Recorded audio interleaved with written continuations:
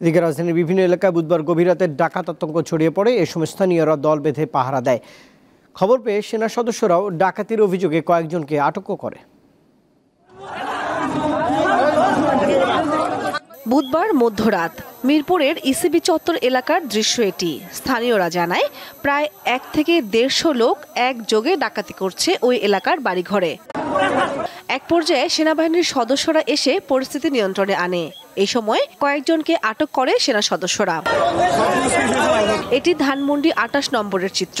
রাত 12টার পর আবাসিক এলাকার বাসাবাড়ি থেকে সড়কে বেরিয়ে আসেন স্থানীয়রা। প্রায় সারা রাত টহল দিতে দেখা যায় তাদেরকে। ডাকাত আতঙ্কে মিরপুরের বিভিন্ন এলাকার সুরক্ষা নিশ্চিতে লাঠি হাতে টহল দিতে দেখা যায় স্থানীয়দের। রাত 2টার পর থেকে সামাজিক যোগাযোগ মাধ্যমে চুরি, ডাকাতি, ছিনতাইয়ের খবর ছড়িয়ে পড়লে ধানমন্ডি, ঝিগাতলা, মোহাম্মদপুর, মিরপুর, গুলশান ও উত্তরার বিভিন্ন এলাকার মসজিদে মাইকিং শুরু হয়। সতর্ক করা হয় এলাকাবাসীকে। এই সময় অনেকেই সেনাবাহিনীর হেল্প নম্বরে ফোন দিয়ে তাদের সহায়তা চায়। এক পর্যায়ে বিভিন্ন এলাকায় সেনা টহল শুরু হয়। আটক করা হয় বেশ কয়েকজন ডাকাতকে। কামরুন নাহার, দীপ্ত, বার্তাকক্ষ।